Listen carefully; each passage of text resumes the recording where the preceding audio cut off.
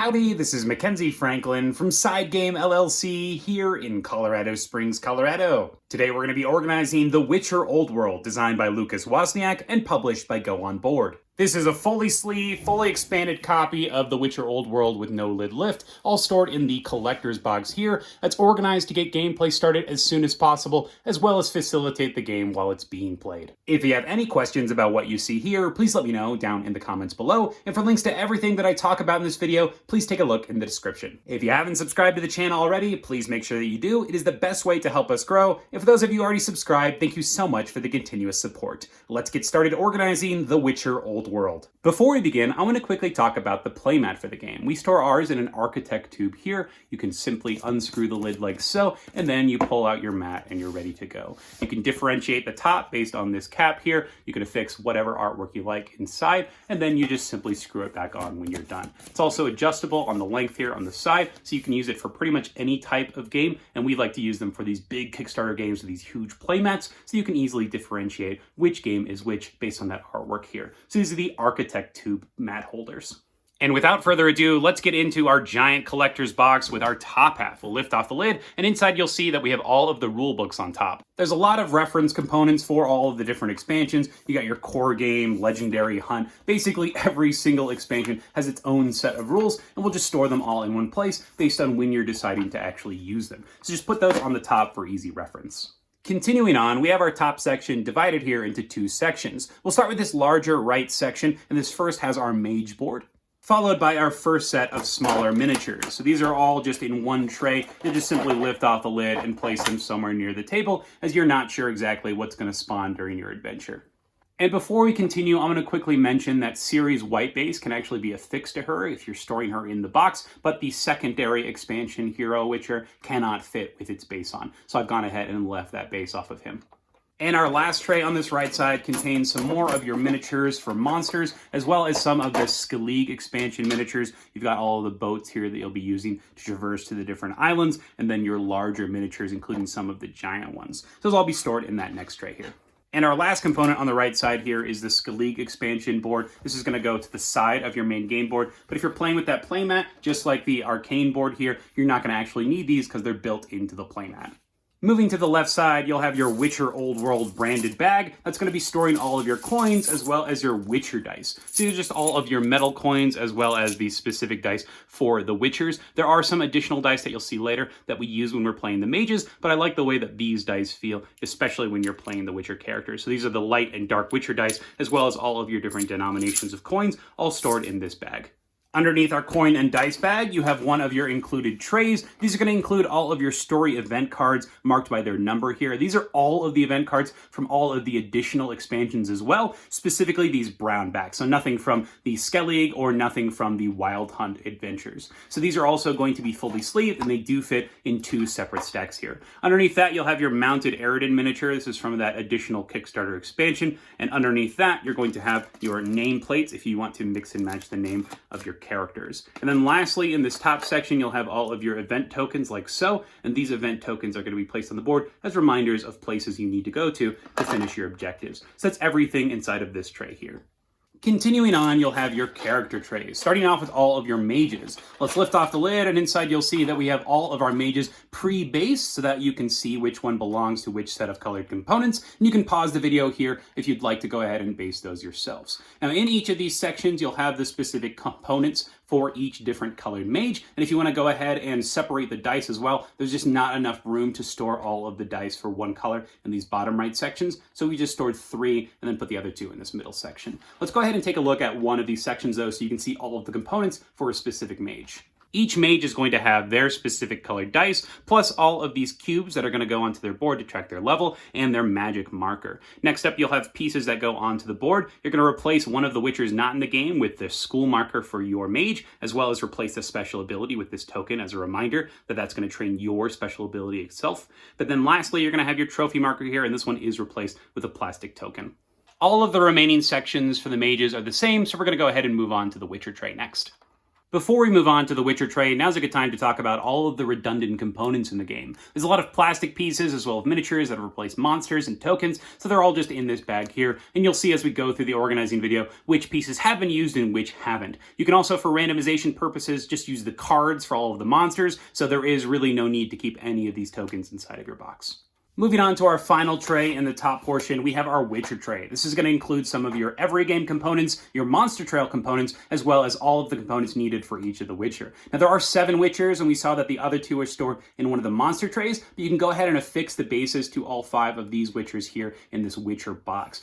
You can pause the video if you need to take a quick time to affix those bases. And then we have all of your Witchers separated into these 5 sections, along with some other components. And as I mentioned before, there are 7, so in these bottom 2 corners, there's actually going to be 2 sets of components. So we've gone ahead and bagged one of the colors and then left all of the colors for another in just the tray itself. So you can go ahead and grab all of those components without having to sort through all of the different pieces. Let's take a look at what comes with each of the Witchers. Now, each Witcher is going to have components similar to the Mages. They'll have their cubes for tracking level ups, as well as their defense token, and then lastly, their trophy marker. Now, if you are playing with Ciri here, she's also going to come with one of these small little specialist markers. This is going to replace one of the special abilities and remind you where you can train Ciri's special. Aside from the Witcher components, in these top trays, you're also going to include your 2 markers that are going to be used every game. Your closed Tavern marker here, this is for if you have a fight with a Witcher, so you can't have a fight in that area again. And then your token that you'll use in the solo mode, that's going to determine what enemy attack style that they're going to be using. This is also used in the Wild Hunt expansion, so you'll have those 2 tokens there. And then lastly, you'll have all of your Monster Trail weakness tokens. These are shuffled and separated by type, and they're going to show you what special ability you get when fighting that specific type of monster you in using the Monster Trail expansion.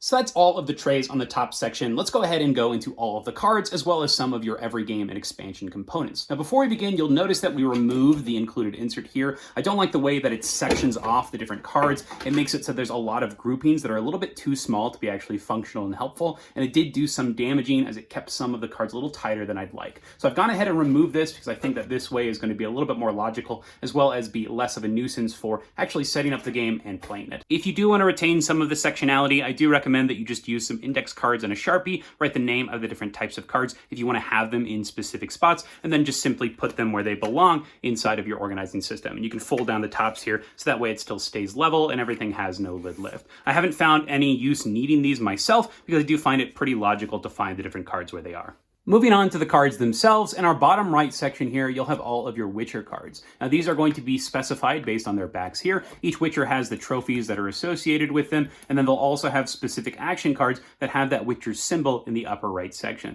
So each of the Witcher is going to be like this. You'll have all of their trophy cards back to back with all of their action cards, and you'll do this for all of the Witchers. And if you are using the Witchers, in the back of the Witchers here, you're going to have all of their associated action cards. You have a gigantic deck of action cards that you'll shuffle up and put in your main play area, and these are specifically for the Witchers. So shuffle them up, and this does include all of the bonus cards that have some of those cool special effects. These are all of the Witcher action cards, as well as all of the Witchers, all in that bottom right section.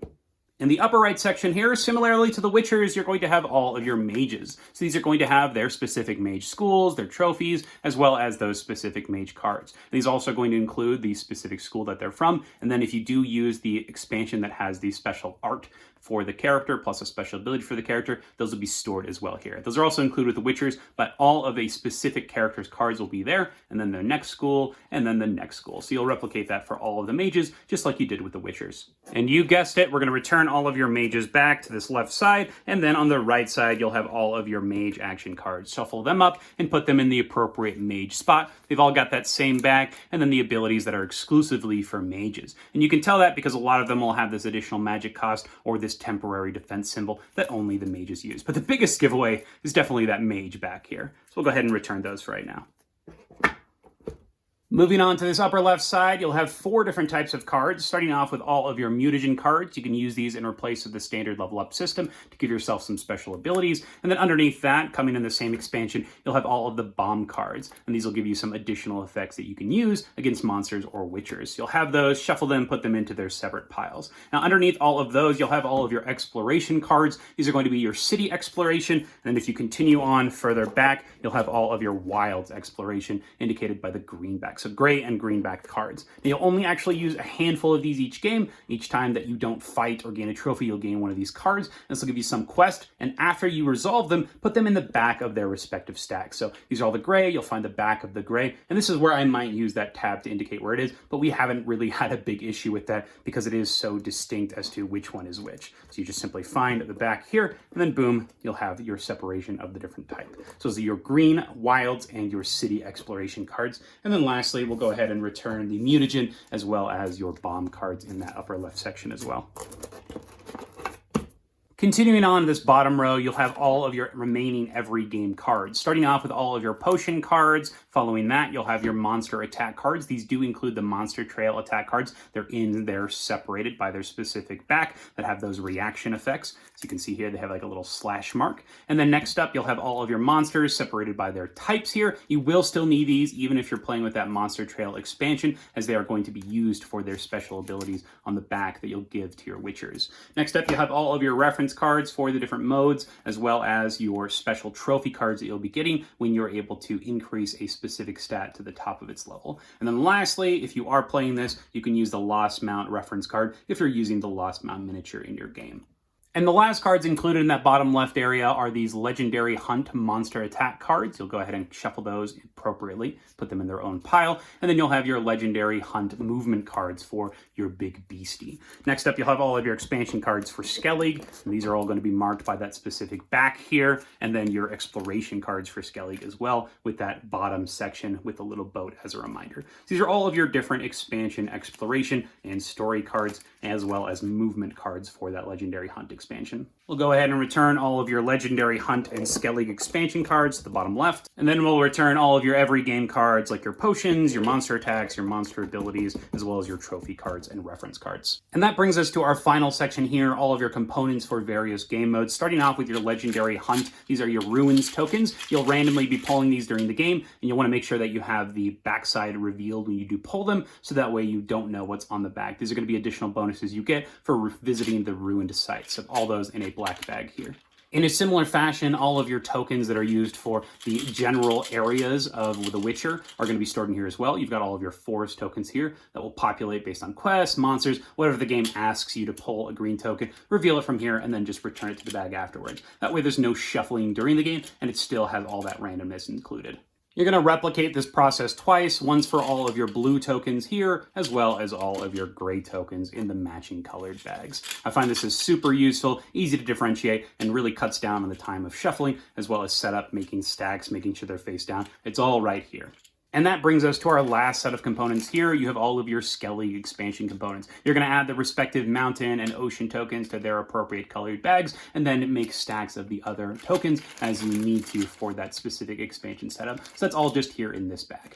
Now's a great time to talk about the coin capsules that I use for the game. So every time you reach into a bag, you're going to be pulling out tokens over and over again. There's a lot of cards that use this, so I've decided to go ahead and protect these, as well as give them a great tactile feel with these coin capsules. I'll leave a link in the description below, but make sure that when you do get these coin capsules, you're trimming the edges of them with an Exacto knife, because there are a couple of bumps that are on them, just so that when you are pulling, you're not nicking your fingers or being able to tell which token is which. So just my little recommendation here when using the coin capsules. I think it gives a great tactile feel to the whole experience. So that's everything inside of our top section. Let's lift it off and move on to the bottom section.